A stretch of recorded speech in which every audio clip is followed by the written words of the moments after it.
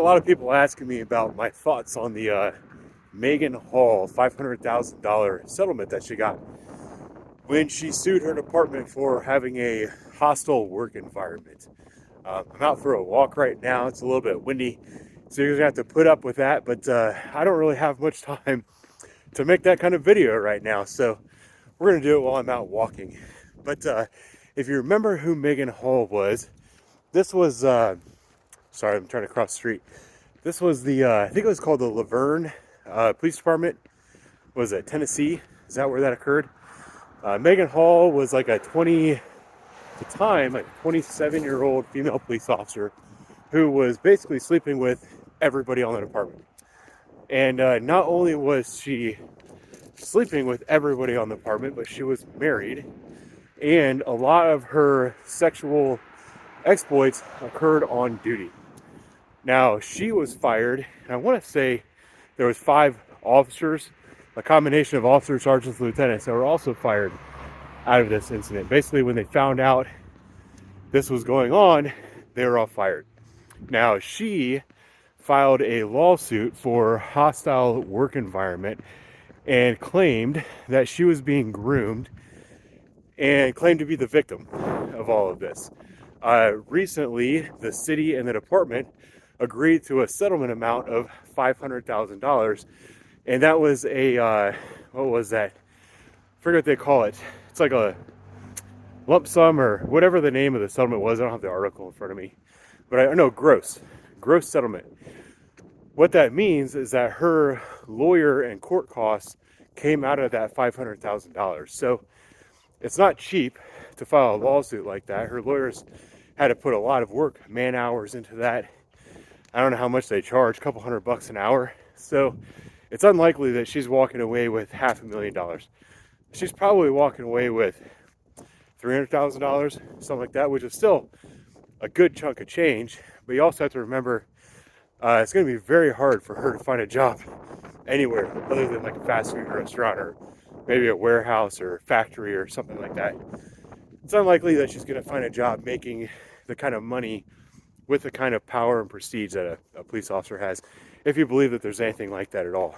But regardless of that, a lot of people are kind of calling bullshit on the whole settlement, saying, you know, she's the whore. Why does she get to fuck around and profit from it? Well, the fact of the matter is there was probably some merit to her lawsuit. I'm not saying that there's merit to her being groomed by all these guys or whatever, but the hostile work environment, like not usually, but quite often these things go to settlements because the city, state, municipality, business, whoever it is, they don't want to take the trial because there's a chance that they might lose. On this particular case, I think that the chance of the city losing a lawsuit was actually quite high. You know, you don't have something like this happening where you have one female that is having sex with 5 dudes on duty, sometimes multiple at a time. You don't have a situation like that where everybody doesn't know what's going on. You know, I have worked for a very large department, and there's, I hate to say it, but there's like a couple females that have dated a whole bunch of cops on the department. Everybody knows who those females are, and even if they're good women, good people that just they happen to be dating people because these are the only people that they get to meet, so they're dating a bunch of cops that work for the same organization. Even if there's nothing wrong with that and the way those are going, the rumors start to fly regardless. Hell, rumors fly even when people aren't fucking each other or anything like that. I know that my name has been associated with, I don't know, a handful of women on the department and dispatchers, when I can assure you that I've never done anything like that. And it's hilarious, but that's just how this stuff works. So it's impossible for her to have been doing all these things without everybody knowing about it, and without everybody knowing that it was happening on duty. With that being said, if this went to trial, it would probably implicate a lot more people than were initially charged in the initial case. You know, it would probably go further up the chain of command, further outward on the chain of command, and there would probably be a lot more liability with officers who, under oath, would have to admit that they knew what was going on and didn't do anything to stop it. So as that went on, it would probably drag the entire department down, and it would be hard to justify firing her when basically everybody on the department knew about it and nobody did anything to stop it. So then you're looking at a situation where they might have been forced to actually give her her job back. That's how some of these wrongful termination suits work, is, you know, you say, hey, I was fired for doing X. You have these 5 people that also did X and they weren't fired.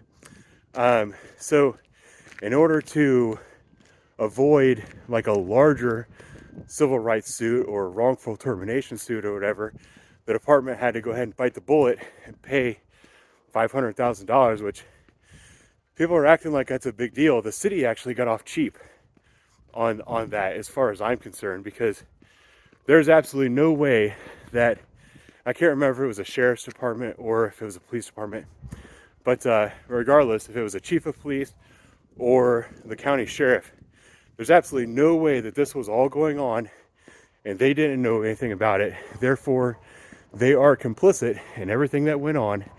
And in order to prevent all of that information from coming out, the city had to settle.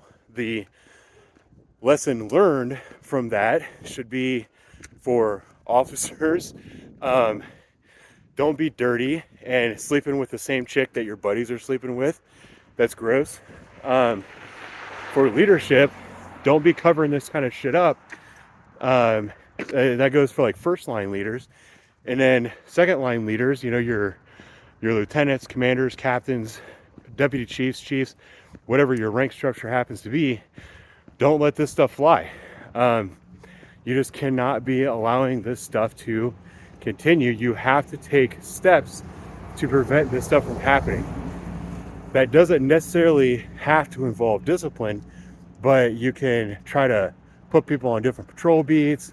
You know, there's still things that you can do working within whatever labor contract you have with the department that can prevent this stuff from happening.